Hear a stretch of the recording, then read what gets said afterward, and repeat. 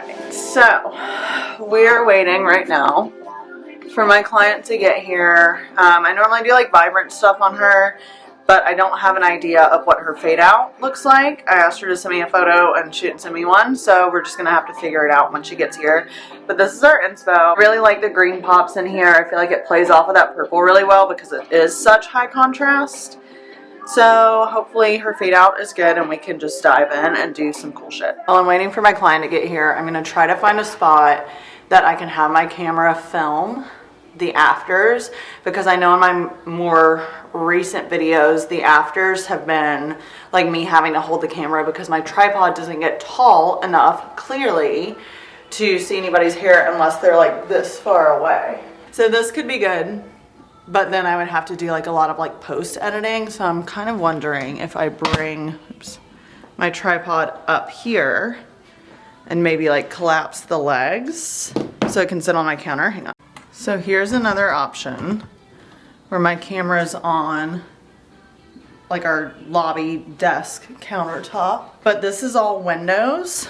So I really need the camera to be facing this way because like look at what happens to my face when I'm facing away from the window versus when I'm facing towards the window. So I definitely want my clients facing towards the window. So maybe just here.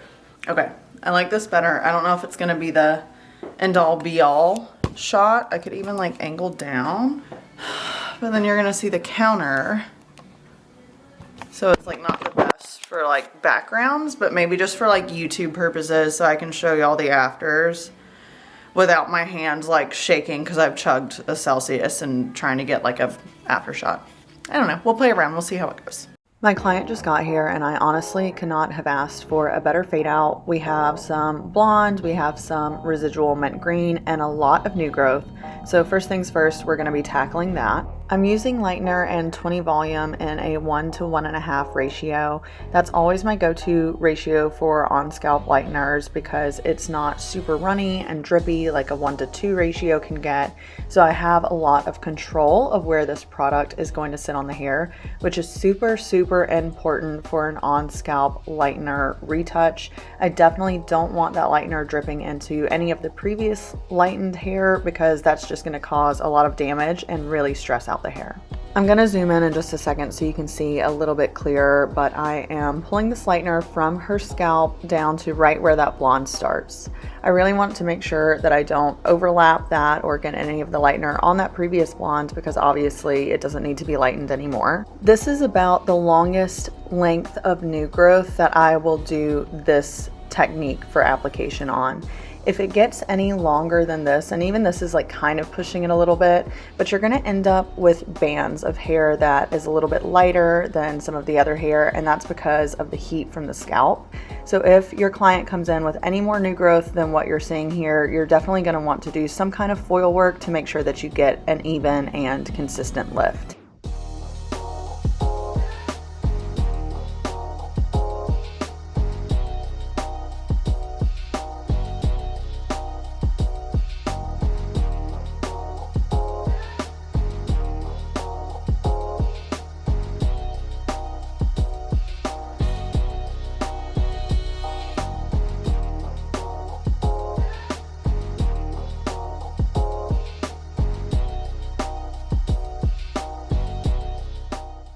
After shampooing, her raw lift was kind of heavily in that yellow family, and because we're doing a purple base for our color today, I can't apply purple over such a yellow lift because we know yellow and purple neutralize each other. So what I'm gonna do before I apply my semi-permanents is go in and do a pre-tone to remove a lot of that warmth and get us really set up for success with our semi-permanents. Basically, anytime I'm toning a global lightener application like this, I'm gonna be using the high-speed toners from Pulp Riot. These work so quickly and do such a great job of really getting in there and pulling out whatever you don't wanna see. So on my client today, I'm using Moonstone and Icy. Both have like violet, blue violet bases, so it's going to be perfect to neutralize this yellow before we apply our purple.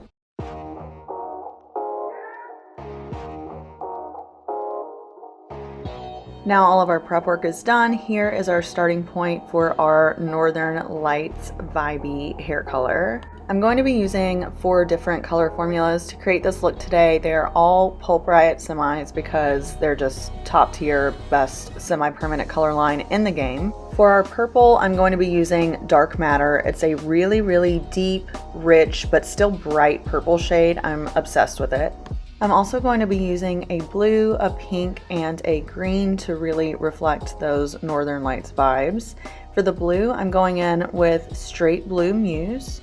Our pink is going to be a mix of First Base and Candy, and our green is going to be a little bit of Area 51 that I had left over. Sadly, this color has been discontinued, but it's such a pretty bright neon green, and it's gonna just give that contrast to the purple in such a cool way. Now, because our inspo photo was more of like a balayage vibrant look and not like a chunky highlight vibrant look, I'm going to do a certain thing in this application to make sure that I get that end result and it doesn't end up looking chunky and streaky. Everything at the base, or like the root section of the head, is going to be colored with our purple shade. From there, I'm going to kind of just alternate between our other formulas, making sure that I'm also doing some mids and ends with the purple as well. So it's not just the pink, blue, and green that are living in the mids and ends. She has some of that purple going through as well. Keeping our base color uniform is going to be the key to get a balayage look and make sure that it doesn't end up looking just highlighted or color blocked. This is what's going to give you that kind of melty, really, really cohesive look all throughout her hair. The other thing that we're going to do with our placement is make sure that these final sections, so everything on the top of the head, is going to also be colored with our purple shade. This just allows for everything to blend out really, really smoothly.